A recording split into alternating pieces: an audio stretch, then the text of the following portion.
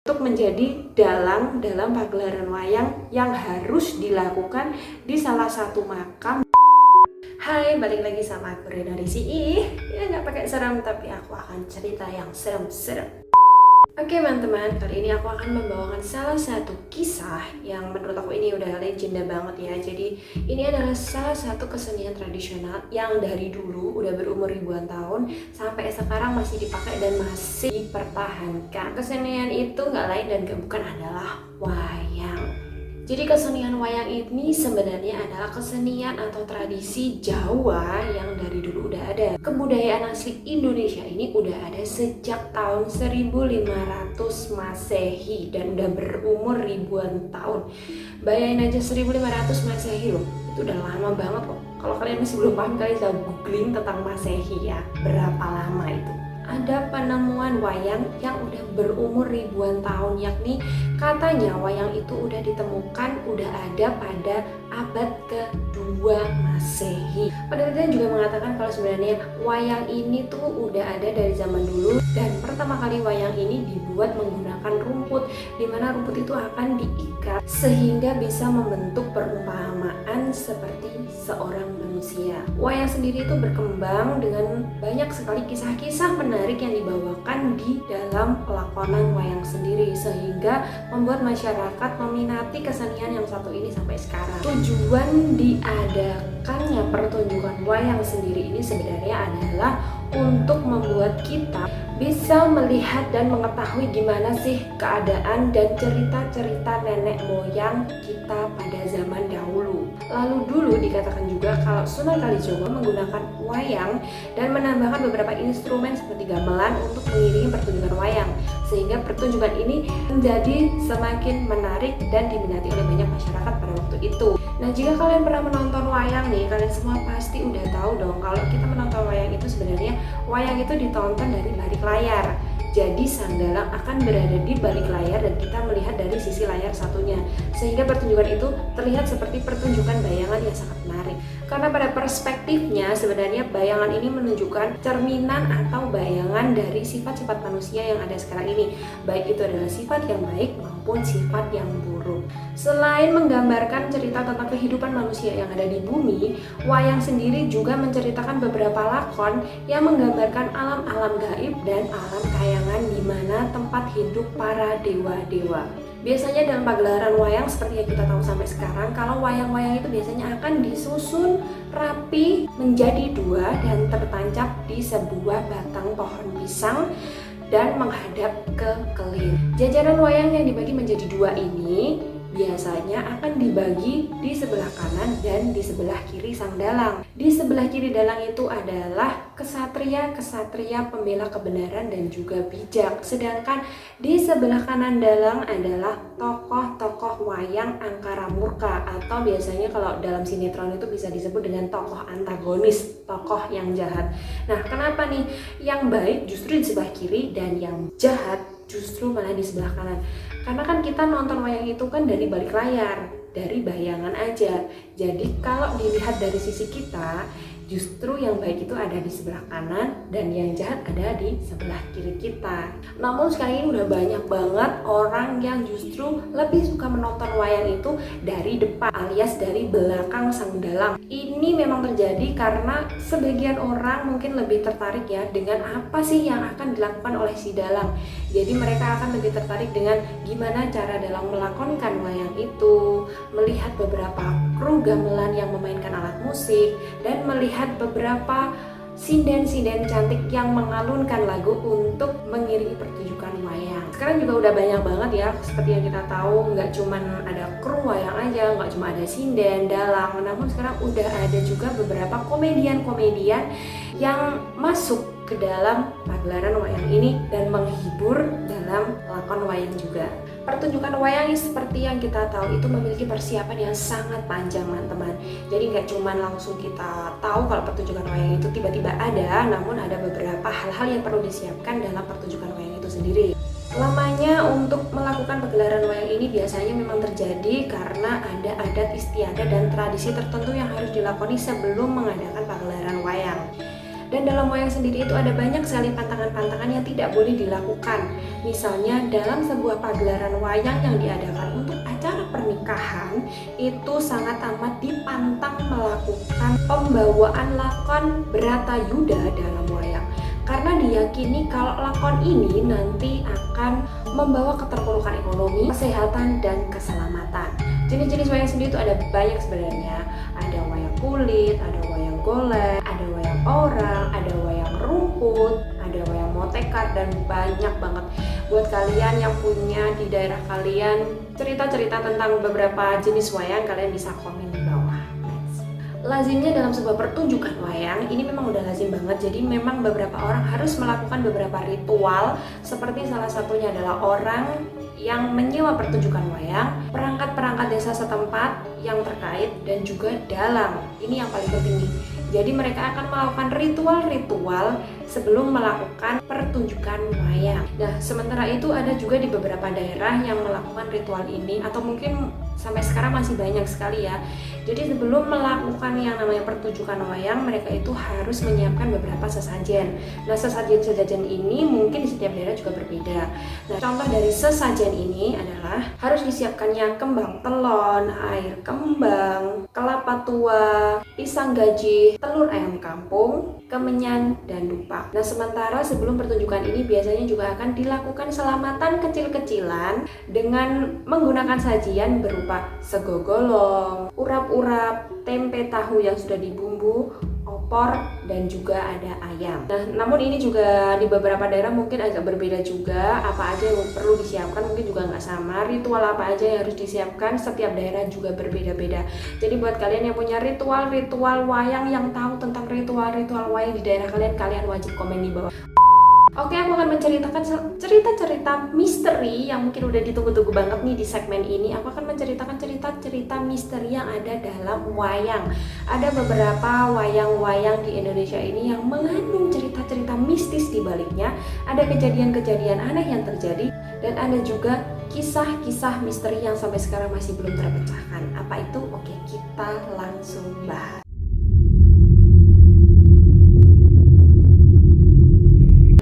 Pertama, aku akan membahas tentang wayang gandrung yang mistis. Dilansir oleh merdeka.com, ada beberapa pertunjukan wayang yang hanya boleh digelar di bulan Suro atau Muharram dan hanya ditampilkan oleh orang-orang yang memiliki nazar. Nah, salah satunya adalah wayang gandrung. Wayang gandrung ini sendiri bagi beberapa orang-orang yang berada tinggal di wilayah Kediri dan sekitarnya merupakan wayang yang mistis. Di mana wayang ini terlahir dari sebuah bongkahan kayu jati yang terbawa hanyutan air ketika terjadi banjir di daerah Pagung, Kecamatan Semen, Kabupaten Kediri sekitar abad ke-17 yang lalu. Nah, sebenarnya cerita ini dimulai dari waktu itu di Desa Pagung, tepatnya di situ ada sebuah pohon jati yang sangat besar, namun saat dan hendak ditebang oleh penduduk Pagung. Namun pada saat itu tidak ada orang yang bisa membelah kayu jati tersebut. Namun ada seseorang yang misterius tiba-tiba datang dan membelah kayu tersebut dan berhasil. Nah, tidak lama terjadilah hujan dan banjir, kemudian kayu ini terbawa oleh banjir. Lalu kemudian kayu ini ditemukan oleh seseorang dan dijadikan wayang. Nah, wayang inilah disebut dengan wayang gandrung, di mana wayang ini dimasukkan di dalam sebuah kotak dan tidak boleh dibuka atau dikeluarkan, melainkan hendak dipertontonkan atau dipertunjukkan dalam sebuah pertunjukan wayang. Jadi di hari-hari seperti biasa, mungkin seperti dibersihkan atau gimana, itu nggak boleh. Jadi memang wayang ini hanya dipergunakan dan hanya dikeluarkan dari kotak selama akan digunakan sebagai pertunjukan saja. Nah, pernah juga terjadi sesuatu ketika wayang ini hendak dibawa untuk melakukan pertunjukan. Nah, namun waktu itu jalan yang dilalui itu amat terjal sehingga harus menggunakan gerobak waktu itu. Dinaikkanlah gerobak beberapa peralatan dan wayang ini. Lalu kemudian ketika didorong, gerobak ini tidak mau maju alias benar-benar berat. Nah, kemudian ada juga yang berinisiatif untuk menaikkan peralatan-peralatan dan juga wayang ini ke dalam mobil. Nah, sampai belum di tengah perjalanan, mobil yang digunakan untuk mengangkut wayang dan peralatannya ini tiba-tiba saja mogok. Sehingga mau tidak mau mereka semua harus membawanya berjalan kaki dengan cara dipikul. Nah, wayang ini dikatakan amat sangat mistis dan mereka yang melakukan persiapan sebelum pertunjukan itu memang dikatakan juga sangat berhati-hati sekali dalam proses penataan peralatan dan wayang-wayang tersebut. Para pengrawit ini juga melakukan proses penataan instrumen dengan berhati-hati dan tanpa mengeluarkan suara sedikit pun. Sehingga yang terjadi adalah kekhusyuannya dan bisa dikatakan wingit ketika hendak melakukan persiapan pertunjukan wayang ini. Nah, saat menyaksikan pertunjukan wayang ini, untuk beberapa orang juga diwanti-wanti untuk berhati-hati dan tidak melakukan hal-hal yang tidak seharusnya. Jadi kalian harus menjaga etika ketika melihat pertunjukan wayang ini. Ketika kalian melihat wayang ini, disarankan untuk kalian melihatnya dengan diam saja. Karena dikatakan kalau nanti kalian melakukan hal yang aneh-aneh di tengah pertunjukan, kalian sendirilah yang akan mengalami hal-hal yang dinamakan kualat.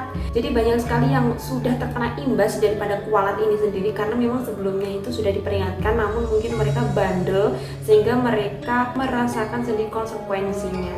Tidak dikatakan sih sebenarnya kualatnya itu dalam bentuk seperti apa, tapi ini hanya peringatan saja sehingga kalian harus berhati-hati.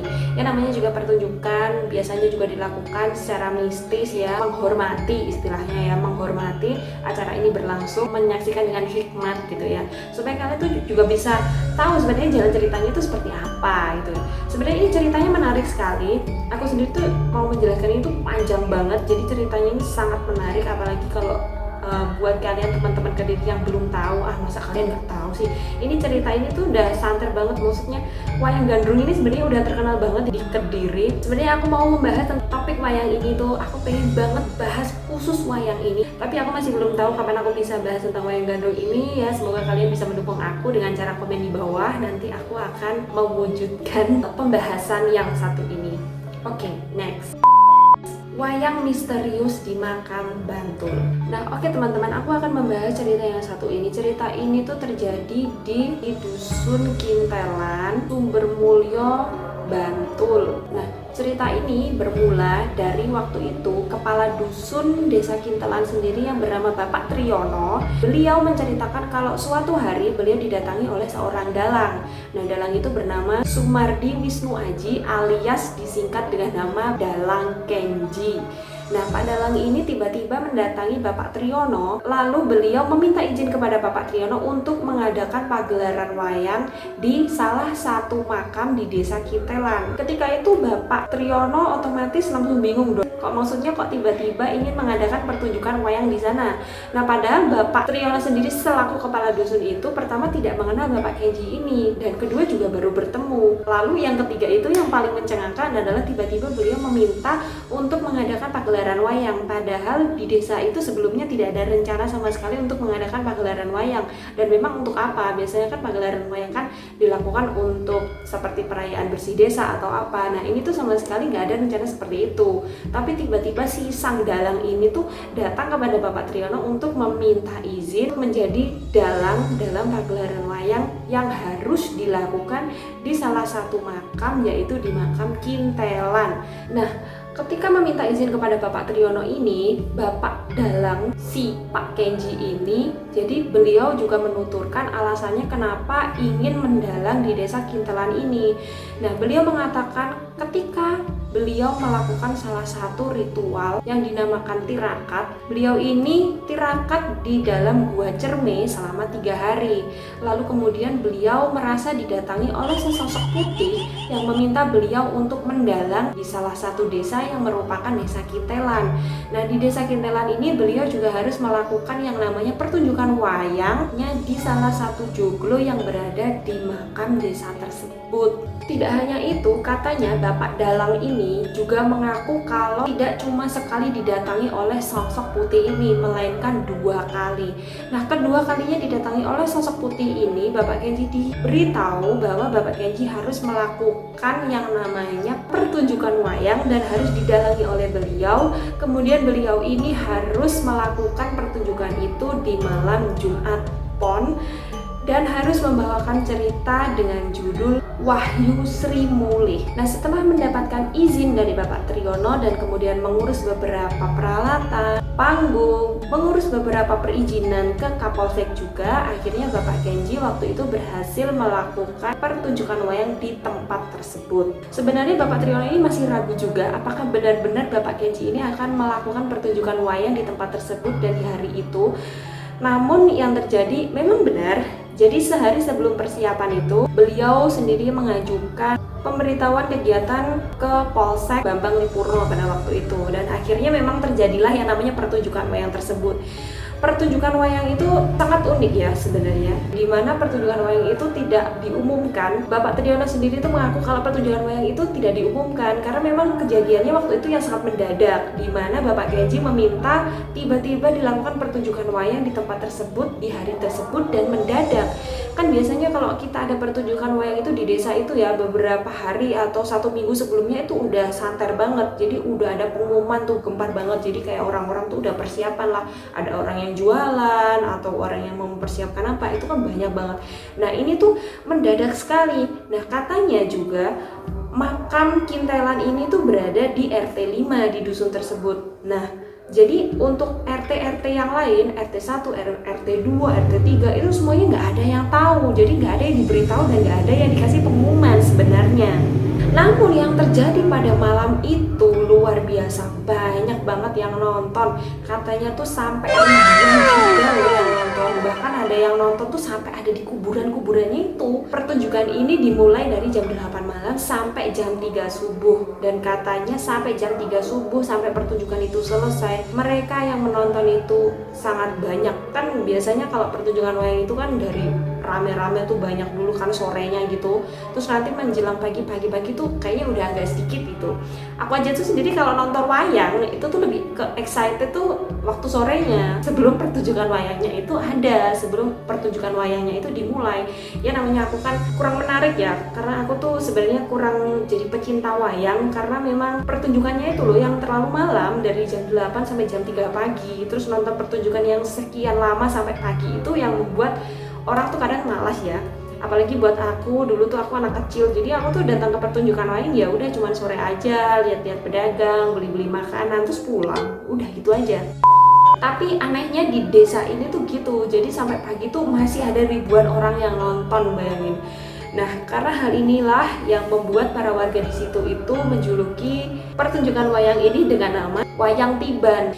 Banyak juga yang mengait-ngaitkan kalau sebenarnya wayang ini tuh sebenarnya didatangkan oleh jin, tapi sebenarnya enggak kok. Sebenarnya wayang ini tuh memang terjadi secara tiba-tiba aja, dan memang ini adalah salah satu permintaan dari sosok putih yang mengunjungi Pak Kenji supaya Pak Kenji mau mendalang dan memberikan pertunjukan wayang di desa tersebut. Jadi menurut kalian gimana? Apakah kisah ini memang benar? Ini keren banget.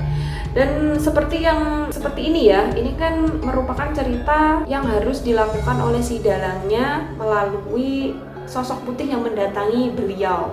Nah sebenarnya di wayang gandrung itu ceritanya juga hampir mirip seperti itu. Nah tapi aku nggak mau bahas di sini. Nanti buat kalian yang pengen aku bahas ini, jangan lupa kalian harus komen di bawah, kalian harus request khusus buat aku, oke?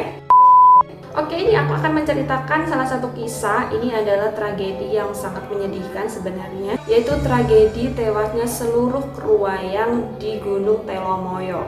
Jadi kejadian ini tuh sebenarnya udah terjadi ratusan tahun silam, di mana waktu itu terjadilah yang namanya pertunjukan wayang di kaki Gunung Telomoyo. Kejadian ini terjadi di dusun Sepayung, Desa Pandegan, Kecamatan Ngablak, Magelang, Jawa Tengah. Nah ketika itu dusun Sepayung ini tuh merupakan dusun terakhir sebelum menuju ke puncak Gunung Telomoyo. Jadi itu seakan-akan dusun ini tuh merupakan pintu gerbang menuju ke puncak Gunung Telomoyo.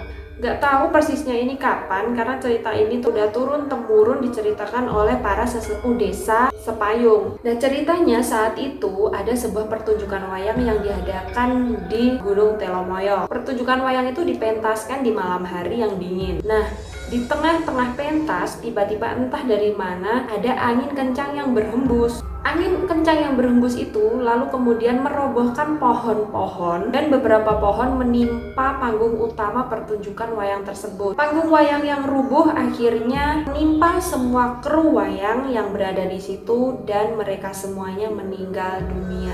Akhirnya sejak saat itu katanya di Gunung Telomoyo sendiri tidak ada orang yang berani menggelar pertunjukan wayang.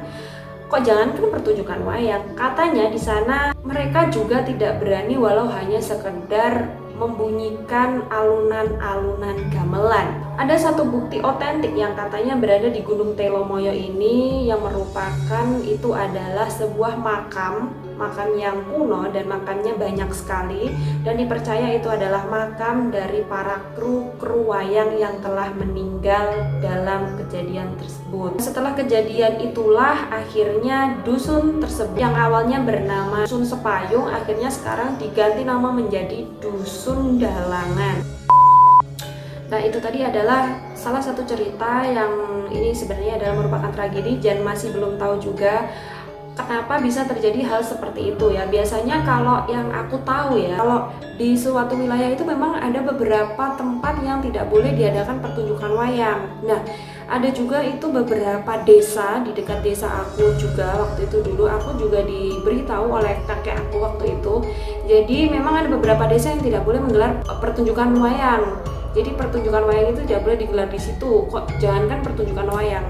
Di situ dikatakan juga kalau sebenarnya tidak boleh itu loh yang namanya menggantung gong itu. Gong yang gede itu, yang gede terus digantung itu yang ya biasanya cuma gong. Itu katanya tuh di beberapa desa di dekat desa aku tuh nggak boleh, jadi nggak boleh gantung gong. Sementara kan gong itu kan adalah salah satu instrumen yang juga penting ya dalam wayang, sehingga akhirnya menimbulkan persepsi kalau nggak boleh menggelar pertunjukan wayang di daerah tersebut. Gak cuma wayang sebenarnya, ada juga yang menggunakan gong itu kan seperti ada jaranan ya. Kalau bahasa kalian apa ya? Kuda lumping ya. Ya itu, kayaknya itu nggak boleh melakukan pertunjukan kuda lumping juga karena kan itu menggunakan instrumen gong. Nah, sedangkan di beberapa wilayah di sekitar desa itu memang tidak boleh menggantung gong. Ini sebenarnya cukup menarik. Dan untuk cerita yang di Gunung Telomoyo tadi sebenarnya tidak ada penjelasan yang lebih spesifik ya. Apakah yang terjadi? Kenapa tiba-tiba ada angin muncul? Apakah memang ini tuh sebenarnya melanggar adat istiadat yang ada di situ atau mungkin ada beberapa juga makhluk-makhluk yang tak kasat mata yang menghuni wilayah itu yang tidak setuju dengan adanya pertunjukan wayang. Karena kalau di desa aku sendiri tuh ya, kalau desa aku boleh, tapi kalau di desa seberang desa aku itu ada beberapa yang tidak boleh menggelar pertunjukan dikarenakan yaitu tadi tidak boleh menggantung gong karena katanya penguasa alam gaib yang berada di desa itu tidak menyukai adanya gong dan tidak menyetujui, ya memang nggak suka aja gitu ada gantung gong di situ ya. Gak tahu karena apa, karena kisahnya tuh seperti apa aku juga belum tahu, aku juga belum riset masalah gantung gong ini. Tapi ini juga menarik banget cerita ini, mungkin aku akan mengulasnya di cerita-cerita nanti ya kalau misalnya aku kepikiran mau membuat cerita tentang gantung gong ini. Tapi ini menarik banget buat kalian yang pengen tahu juga tentang cerita gantung gong ini, atau kalian yang udah tahu juga tentang cerita gantung gong ini, kenapa sih nggak boleh. Nah, kalian bisa komen di bawah, kalian bisa kasih masukan atau komentar di bawah. Kalian bisa ceritain juga beberapa kisah-kisah mistis yang ada di pewayangan yang mungkin ada pertunjukan wayang di sekitar tempat kalian dan kalian mengalami sendiri nih kejadian-kejadian mistis atau orang-orang lain yang mengalami kejadian-kejadian mistis tersebut. Aku mohon banget buat kalian komentar yang positif ya, jangan komentar yang negatif, kasih komentar-komentar yang bagus, kasih like juga yang banyak buat aku. Jangan lupa juga kalian harus subscribe dan nyalain lonceng notifikasinya supaya kalian tahu kalau aku upload video baru setiap hari. Dan semoga kalian juga diberi kesehatan, kalian juga selalu suka dengan salah satu kesenian yang melegenda ini, dan kalian juga wajib banget untuk melestarikan. Aku juga apresiasi banget sama pewayangan di Indonesia ini, semakin lama semakin mahal ya. Oh my god, aku tuh salah satu cita-citaku tuh kalau misalnya aku punya hajatan atau apa, aku mau undang deh wayang ini. Karena itu mahal banget, sebenarnya yang bikin mahal itu dalangnya. Karena kan pembawaan cerita itu kan biasanya memang tergantung dalang ya. Kalau dalangnya tuh lihai, pinter, bagus, cara bawain ceritanya, biasanya peminatnya juga banyak tuh. Nah oke, makasih banget udah nonton video aku kali ini. Aku excited banget sebenarnya bahas video ini, mungkin karena kalau ada beberapa kata aku yang menyakiti atau menyinggung siapapun, aku mohon maaf yang sebesar-besarnya. Oke, makasih udah nonton. Semoga kita bisa ketemu lagi setiap hari. Jangan lupa ya, nyalain lonceng notifikasinya supaya kalian bisa nonton aku setiap hari, bisa tahu aku uploadnya jam berapa. Oke, makasih udah nonton. Bye. Beritahu bahwa Bapak Kenji harus melakukan yang namanya pertunjukan walang. Melakukan pertunjukan wayang